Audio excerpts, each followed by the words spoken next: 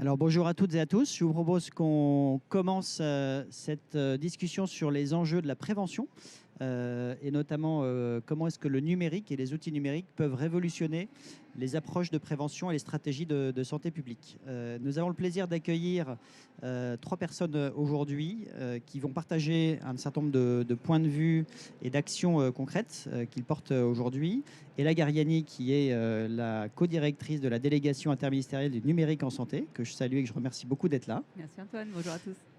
Corinne Collignon, qui est chef de mission à la Haute Autorité de Santé et qui s'occupe plus spécifiquement de l'évaluation des outils numériques. Merci également Corinne. Merci aussi, bonjour à tous. Et puis Phong Nguyen, qui est responsable de la veille et des perspectives à la nouvelle agence qui s'occupe de l'innovation en santé et qui s'appelle l'Agence d'innovation en santé. Merci beaucoup Phong d'être avec nous. Merci, bonjour à tous. Alors, on voit que le numérique prend une part de plus en plus importante dans le système de santé. Première porte ouverte qu'on vient d'enfoncer. On va essayer d'aller un petit peu plus en profondeur sur ces sujets pour comprendre justement comment est-ce que le numérique va être un levier et va être un outil sur la prévention. Avant de regarder ce point spécifique, et là, je crois que la feuille de route que vous avez portée avec Raphaël Beaufray et qui a été annoncée par le ministre François Braun récemment, comprend 4 axes. Et parmi ces 4 axes, il y a un axe dédié sur la prévention. Est-ce que vous pouvez nous en dire un petit mot ? Oui, en gros, nous, au ministère de la Santé, ça fait maintenant à peu près 4-5 ans qu'on porte une stratégie assez ambitieuse pour développer les usages du numérique dans le champ de la santé. L'idée, c'est de se dire l'État doit faire sa part. Et sa part, c'est d'abord construire un cadre juridique, mais aussi technique pour favoriser l'usage des données de santé, pour faire en sorte que les professionnels, les patients, ils puissent avoir accès à leurs données de santé. Et maintenant que ce cadre existe, l'ambition qu'on a eue, c'était de se dire comment est-ce qu'on peut mettre ces actifs numériques publics au service des priorités de santé. Donc les priorités de santé, c'est prévention, on va en parler, amélioration de la prise en charge, du soin, accès à la santé. Et ça, c'est vraiment les 3 axes qui articulent la stratégie nationale de santé. Et nous, le numérique, on doit humblement contribuer à résoudre ces challenges dans le monde de la santé. Sur la prévention, c'est assez simple. D'abord, il y a pas mal d'innovations qui émergent du marché, des entreprises du secteur. Il faut qu'on trouve des modalités d'accès au marché pour ces entreprises-là.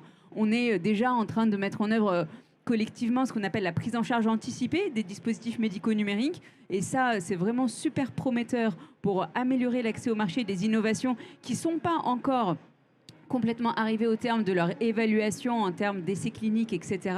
Et on doit permettre à nos citoyens français de bénéficier rapidement de ces innovations. Donc ça, c'est au cœur de comment est-ce qu'on fait en sorte que les entreprises qui développent des usages de prévention puissent facilement mettre leurs services dans les mains des médecins, des soignants et des patients. Et nous, de notre côté, on dispose aujourd'hui d'un carnet de santé pour l'ensemble de nos concitoyens. Ça s'appelle Mon Espace Santé. Si vous ne l'avez pas encore téléchargé, faites-le. Ça marche super bien. Et ça permet aux gens de récupérer leurs documents de santé à la sortie d'un épisode de soins. Je vais au labo, je récupère mon examen. Je vais chez le pharmacien, je récupère mon bilan pharmaceutique. Je vais chez le médecin, je récupère mon ordonnance. Donc aujourd'hui, ce dispositif-là, il est de plus en plus utilisé. On a presque 10 millions d'utilisateurs actifs de Mon Espace Santé. On a tous les mois 12 000 documents qui sont envoyés aux patients. Et on se dit que ces informations personnelles, ces données de santé, elles peuvent être utilisées pour faire un peu plus de ciblage dans nos politiques de prévention. En gros, d'être en capacité, sur la base des données à caractère personnel qui sont stockées dans Mon Espace Santé, de faire de l'accompagnement sur les bonnes pratiques de prévention. Donc ça fait partie, Antoine, de nos priorités sur le volet prévention et comment notre stratégie numérique peut nous permettre d'aller plus loin dans le virage de la prévention. Merci beaucoup Ella, et on a vu effectivement des exemples, alors là plutôt dans le soin mais pendant la période Covid, qui a été un réel accélérateur de l'utilisation notamment des bases de données populationnelles pour comprendre l'évolution de l'épidémie par exemple, et on attend justement l'impact de ces outils et de ces données dans les programmes de prévention. Corinne, Ella l'a dit, on voit émerger beaucoup de nouveaux outils dans l'écosystème, sur le marché. Comment est-ce qu'aujourd'hui, la HAS est organisée pour évaluer ces outils ? Quels sont ceux qu'elle va évaluer et quels sont ceux qu'elle ne va pas évaluer ? Effectivement, c'est une question clé en fait quand on se lance sur le marché du dispositif des outils numériques, du numérique. Et la première question, c'est est-ce que c'est un dispositif médical ou pas ? Et ça va déjà être une première porte d'entrée, puisque notre rôle dans l'évaluation, il est surtout orienté pour, et là je parle de l'évaluation des technologies, pour éclairer une décision du ministre pour savoir s'il faut rembourser. Donc nos évaluations actuellement à la HAS, elles sont complètement orientées selon les voies de remboursement de ces technologies. Donc ça, c'est assez clé. Donc tout ce qui est application à visée bien-être, qui peut être tout à fait intéressant, mais qui n'a pas de finalité médicale en tant que telle, il n'y a pas d'évaluation par la HAS. Donc ça, c'est un premier point à bien connaître. En revanche, il y a des critères de qualité, et ces critères de qualité, ils sont notamment très utiles pour le référencement dans mon espace santé.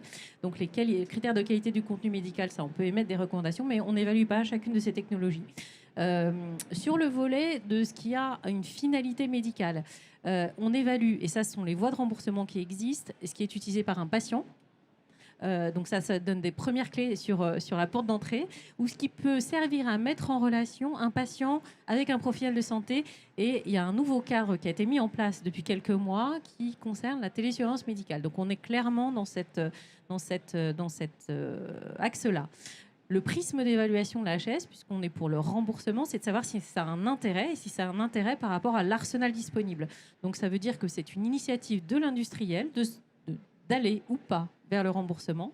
Et la commission spécialisée de la Haute Autorité de Santé qui évalue ces technologies, elle doit rendre un avis éclairé sur la base de la revendication de l'industriel et qui s'appuie sur les données disponibles. Alors ces données, elles peuvent être vraiment de nature très variée, puisqu'on est sur des technologies qui vont avoir un enjeu potentiellement clinique, mais aussi qui peuvent complètement transformer l'organisation des soins. Donc il est clair que la commission de la HAS prend en compte des données cliniques, bien sûr, classiquement, comme pour tout produit de santé, mais l'enjeu peut être également démontrer l'impact organisationnel, et ce type de données peut tout à fait être apporté. Donc ça, c'est assez crucial. Et puis, donc c'est une démarche de l'industriel, et là, l'a dit, il y a aussi des voies dérogatoires qui ont été mises en place, et spécifiquement pour ces outils numériques de télésurveillance ou ce qu'on appelle les DTX, donc celles qui ont une visée thérapeutique. Et l'industriel peut choisir de venir rapidement en prise en charge anticipée pour accélérer, enfin c'est vraiment l'antichambre du remboursement classique, pour accélérer sa dynamique de remboursement et le temps d'avoir consolidé toutes ces données. Mais il y a un point clé qui est produire, enfin du coup documenter et argumenter sa demande. C'est tout à fait essentiel. Et puis à côté de ça, il y a tout ce qu'on n'évalue pas. Et dans le champ de la prévention, il y a énormément de choses. Et là, il n'y a pour l'instant pas les cases dédiées de remboursement. Et donc, on n'a pas de mission d'évaluation. Donc, ça va aussi mieux en le disant. On n'a pas la possibilité d'évaluer toutes les technologies. Et notamment sur le volet de la prévention, il y a plein de technologies qui n'ont pas encore de porte d'entrée via le remboursement. Donc, sûrement des nouvelles voies à créer. Ah, ça, c'est un point très important. Et d'ailleurs, l'année dernière, on le discutait avec Marguerite Cazeneuve de la CNAM. La distinction entre un service ou un produit qui va être éligible au remboursement et un service ou un produit qui va amener de la valeur mais qui ne va pas être éligible au remboursement est essentiel dès le départ pour des jeunes projets innovants et donc ceux qui vont vous arriver ou qui ne vous arriveront pas. Ce que vous avez dit est très important, notamment l'évolution des outils numériques fait évoluer différentes frontières. La frontière entre la ville et l'hôpital en permettant d'emmener des capteurs, des éléments de surveillance, etc., en dehors de l'hôpital. Et puis également, et c'est toute la difficulté de l'évaluation, entre ce qu'on appelle la santé et le bien-être, qui sont des éléments qui sont quand même aujourd'hui bien segmentés. Donc on verra tout à l'heure comment est-ce que justement on peut imaginer des nouvelles modalités d'évaluation.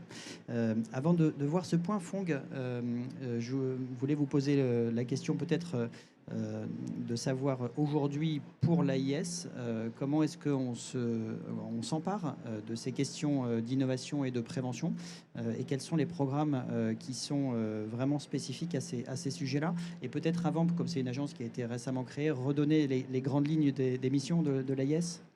Oui, bien sûr. Alors l'AIS, effectivement, c'est une toute nouvelle agence. On a été créé fin 2022, avec nous les premiers arrivés début 2023, donc c'est très très récent, avec pour objectif vraiment de faciliter, d'anticiper l'accès à l'innovation en France, en santé. Voilà, donc je pense que depuis ce début d'année, il y a une actualité assez chargée en termes de prévention en santé, avec notamment la vaccination HPV, déploiement dans les classes de 5e, ou alors d'autres choses autour de les rendez-vous de prévention et tout ça. Donc tout ça se base sur des outils qui vont arriver, des outils comme des vaccins par exemple, ou je sais pas, oui, effectivement, tout ce qui est traitement de prévention de bronchiolite. Ça, c'est des outils, donc des médicaments, des vaccins qui vont arriver. Nous, notre but, c'est d'accélérer l'arrivée de ces nouveaux produits de santé, disons. Voilà.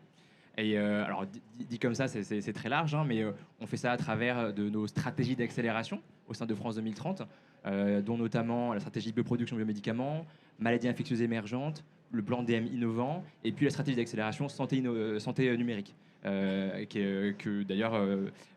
pilote avec la DNS, qui est indispensable pour ça pour nous. Et donc, à travers cette stratégie d'accélération-là, on porte des actions en prévention. Alors, nous, on a un gros accent sur justement qu'est-ce qui n'existe pas encore dans le cadre existant de prise en charge et comment est-ce qu'on peut arriver à faire quelque chose de complémentaire avec ça. On parlait du remboursement. Il y a d'autres moyens d'accès justement au marché pour les innovateurs et les innovatrices. Nous, on travaille un peu sur ça aussi. Typiquement, aujourd'hui, là, on rencontre beaucoup de complémentaires santé, par exemple, pour travailler avec eux, pour voir, parce qu'elles font depuis des années de la prévention, chacune de leur côté, voir comment on peut faire pour mutualiser les choses et faire en sorte d'avoir un cadre plus efficace. Et puis, au-delà de ça, ce qu'on fait aussi, on a un dispositif d'accompagnement des innovateurs et des innovatrices. Donc, aujourd'hui, ça a commencé avec les porteurs de projets sélectionnés dans l'appel à projet French Tech 2030. Donc, il y a déjà une première vague d'entrepreneurs qu'on accompagne, mais ça ne va pas s'arrêter là. Et typiquement, on a lancé une démarche simplifiée, que vous pouvez trouver sur innovation-santé.fr au singulier. Si vous voulez autoréférencer votre solution, quelqu'un de l'équipe vous recontactera pour faire une sorte de diagnostic et voir un peu ce qu'on peut faire pour vous. Donc, voilà. Et puis au-delà de ça, voilà, donc, au sein de chacune des stratégies d'accélération, ce qu'on porte, c'est vraiment un accent sur la démonstration de la valeur, que ce soit la valeur médicale ou médico-économique. Parce qu'on sait qu'en France, on a énormément de gens qui portent des innovations en prévention, mais c'est très disparate et en général, n'est pas pensé dès l'amont la collecte des données, par exemple, et la mesure d'impact. Nous, c'est quelque chose qu'on pousse beaucoup dans les accompagnements qu'on fait. Donc, comment est-ce que vous allez démontrer votre valeur médicale? Comment vous allez démontrer votre valeur médico-économique? Parce que, in fine, c'est ça qui va dérisquer l'investissement dans votre solution, que l'investissement soit privé ou public.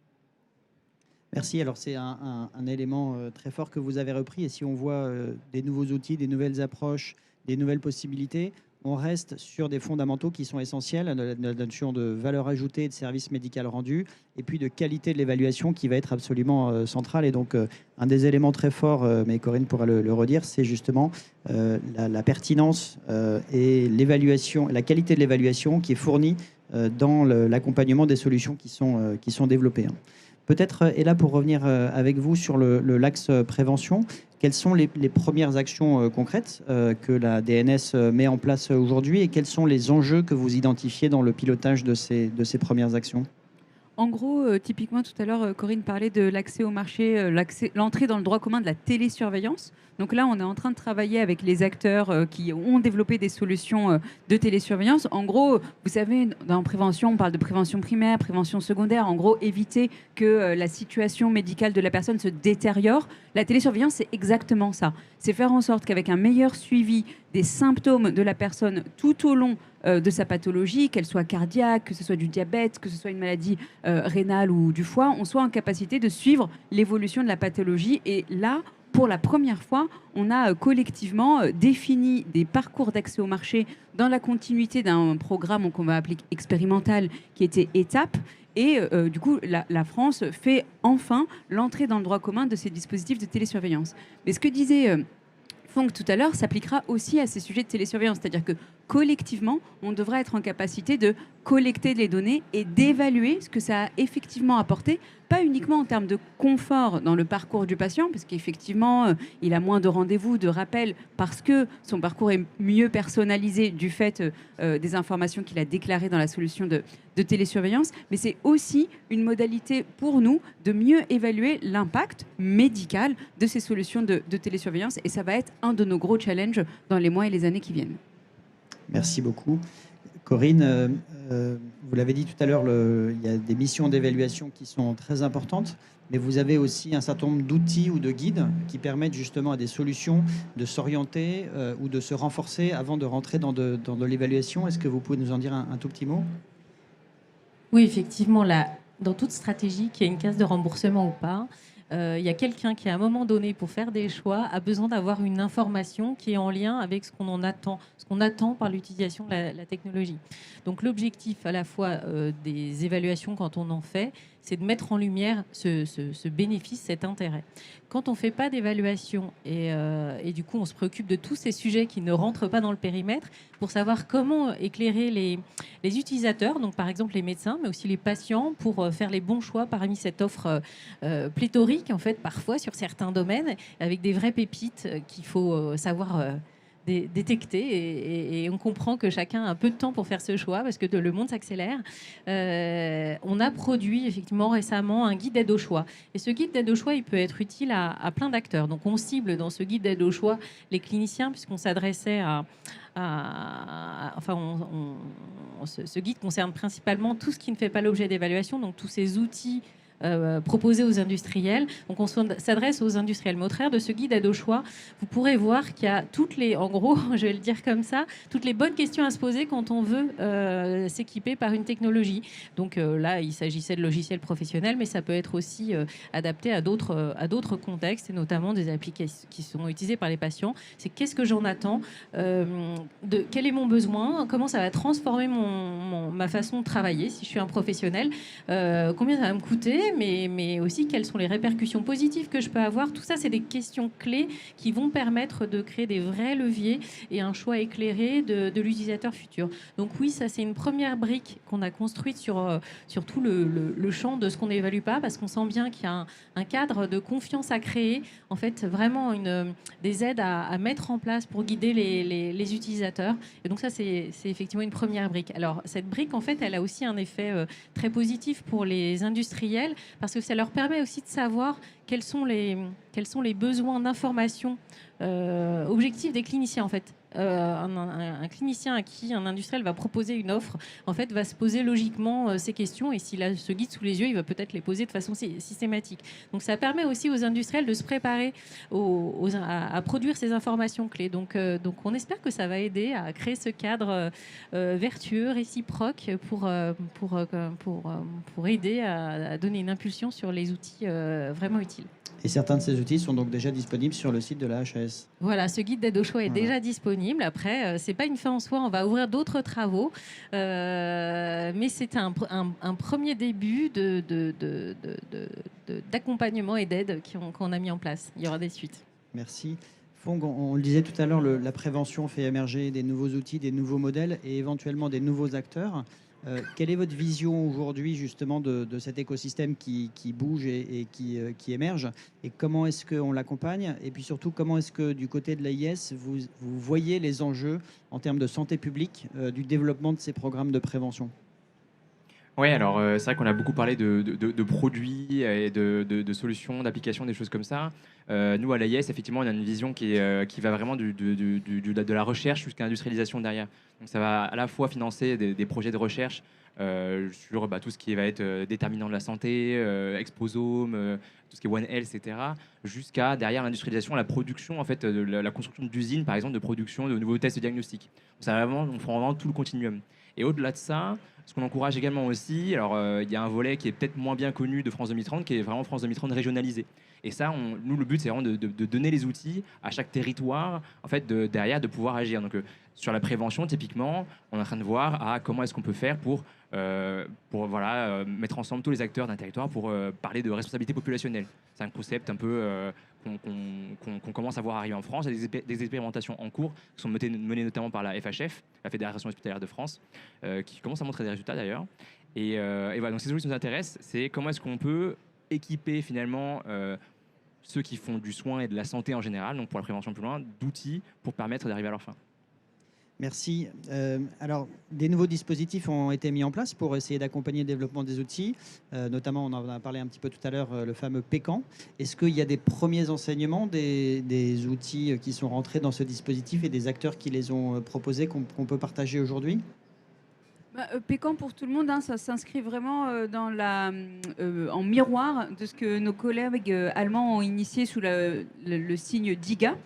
Donc nous, notre idée aujourd'hui en France, c'est aussi de tirer des apprentissages des Allemands qui ont un peu plus d'avancée que nous.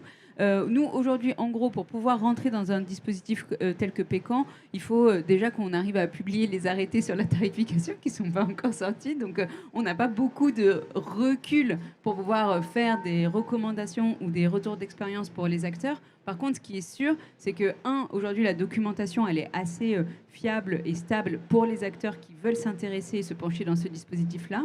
2, il va falloir qu'on rentre aussi dans une démarche un peu de voir dans le détail comment fonctionnent ces outils. Donc ça, c'est un mécanisme qu'on appelle, nous, de certification. Là, on a la première entreprise qui a passé cette démarche de certification pour voir concrètement l'application, la solution, comment est-ce qu'elle marche. Et ensuite, on va rentrer dans la phase de facturation.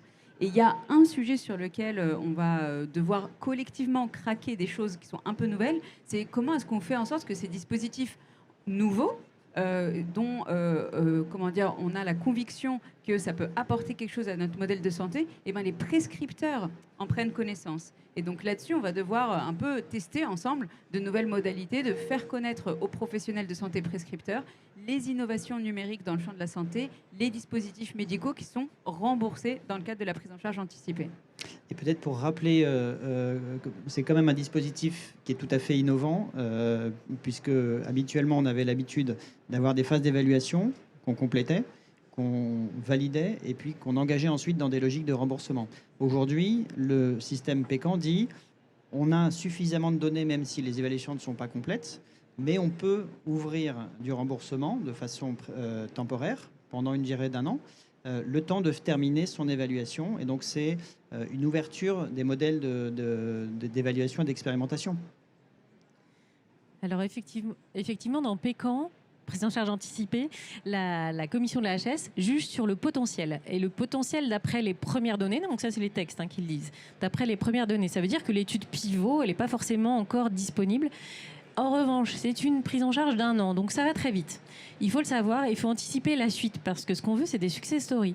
C'est-à-dire que le dispositif est fait pour assurer une continuité. Donc si c'est 1 an non renouvelable, c'est bien parce que derrière, en fait, il y a une logique de continuité, de cercle positif. Donc ça veut dire que l'industriel n'a pas encore ses données pivotales, mais il va les avoir dans quelques mois. 6 mois ou 9 mois après le démarrage de cette prise en charge dérogatoire, il va déposer un dossier que je vais qualifier de classique pour l'étape d'après. Donc c'est vraiment, moi je l'appelle l'antichambre du remboursement classique, mais c'est cette petite année, en fait, elle peut être déterminante pour une entreprise. Donc c'est une vraie opportunité. Donc à utiliser à bon escient, mais c'est un vrai levier.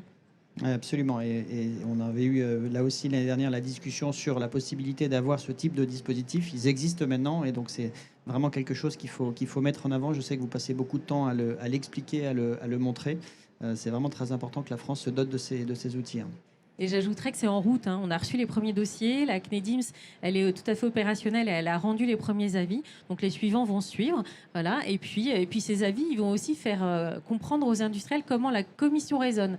Et donc à terme, elle produira un document qui rassemblera ces principes d'évaluation. Mais déjà, la mise en ligne de ces premiers avis permet de comprendre comment les critères doivent être interprétés. Et ça, ce sera très informatif pour les industriels qui voudront se lancer dans ce type de prise en charge anticipée.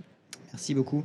Peut-être 2 éléments également qui me semblent intéressants à discuter. Le premier, qui fait d'ailleurs partie d'un des axes de la feuille de route, c'est un sujet qui est spécifique au numérique et qui est renforcé notamment par les logiques de prévention dans la mesure où on n'est pas dans une situation où on a besoin d'être soigné, mais où on va s'inscrire dans la durée, dans la préservation du capital santé. C'est la question de la confiance dans les outils numériques. Et là, le 4e axe de la feuille de route, il est vraiment sur ce sujet-là. Est-ce que vous pouvez nous dire comment vous abordez ça du côté de la DNS ?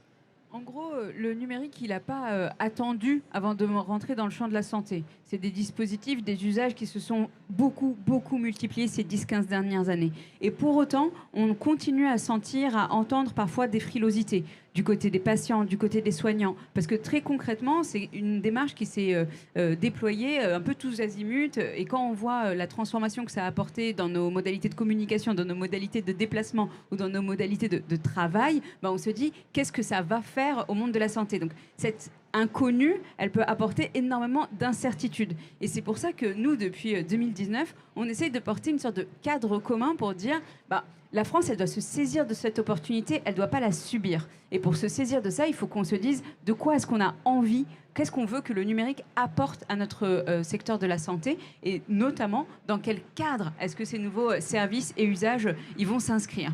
Donc pour ça, et pour la confiance du côté des soignants, pour nous, la principale chose, c'était la formation.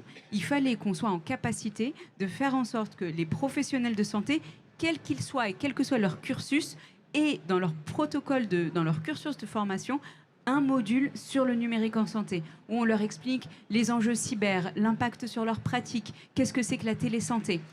Ça, c'est fait. Depuis l'année dernière, on a inscrit vraiment dans toutes les professions de santé un module obligatoire pour être diplômé qui est une pédagogie sur le numérique en santé. Et ça, généralement, quand on accompagne des transformations, on a souvent tendance à dire la formation, c'est important, mais en fait, personne s'en occupe. Et donc là, enfin, on a ce module. Il est obligatoire pour toutes les professions de santé, post-bac et infra-bac. Et là, on est en train de financer, dans le cadre de la stratégie d'accélération santé numérique, le déploiement de ces nouveaux modules pédagogiques dans l'ensemble des parcours des professionnels de santé. Et ça sera un accélérateur de la confiance énorme, parce que les professionnels, ils apprendront à travailler avec le numérique dès leur formation initiale. Et demain, quand ils auront face à eux une équipe de soins ou un patient, ils seront en capacité de mieux expliquer, de mieux appréhender ce que ça veut dire pour la prise en charge. Ça a été pour nous un des leviers essentiels à la création d'un cadre de confiance. Et de l'autre côté, il a fallu se dire, ces entreprises qui développent des solutions, bien sûr, il faut qu'elles aillent vite sur le marché, qu'elles aillent vite se confronter aux patients, aux soignants, et qu'elles aillent vite apporter la valeur qu'elles sont censées apporter à notre secteur.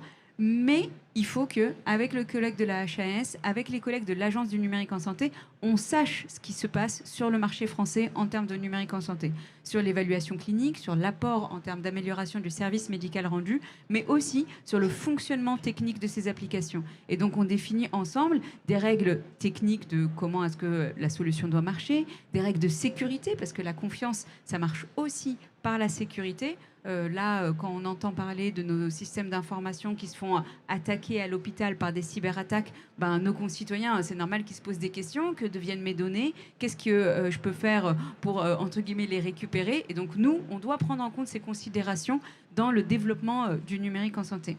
Et enfin, le dernier volet pour construire de la confiance, c'est aussi d'avoir une sorte de cadre éthique qui régissent un petit peu l'ensemble de ces solutions. Et donc, ce cadre éthique, on va le concevoir petit à petit. C'est quoi l'éthique de la téléconsultation? Demain, on va agréer des entreprises qui vont faire de la téléconsultation à 100% de leur activité. C'est dans quel cadre est-ce que ça s'articule avec le reste de notre système de soins? Idem, par exemple, pour référencer des applications au catalogue de Mon Espace Santé, pour inciter les patients à aller utiliser ces services, on va définir des règles, des conditions éthiques dont on a écrit une partie avec les collègues de la HAS pour s'assurer que, par exemple, ils respectent les règles de l'état de l'art en termes de qualité du contenu, de transparence de l'information. C'est tout ça qui va petit à petit nous aider collectivement à choisir les usages du numérique dans notre système de santé et à ne pas les subir. Et je pense que ça, c'est déjà la base de la confiance. Merci beaucoup. Fongs, ce sont des éléments qui sont inclus dès le départ dans l'accompagnement et l'analyse que vous faites des projets qui sont accompagnés par l'AIS?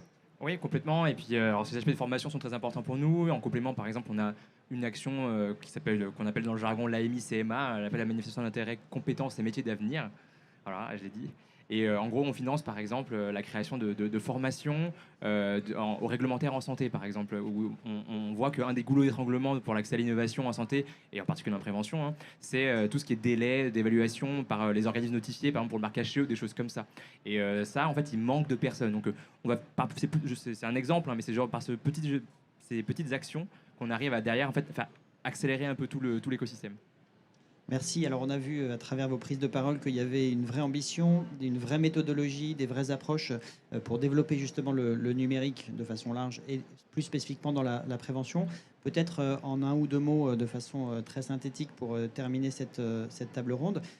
Quel est l'impact que vous attendez chacun dans vos domaines justement de ces actions pour les patients, pour le système de santé ou pour ces acteurs?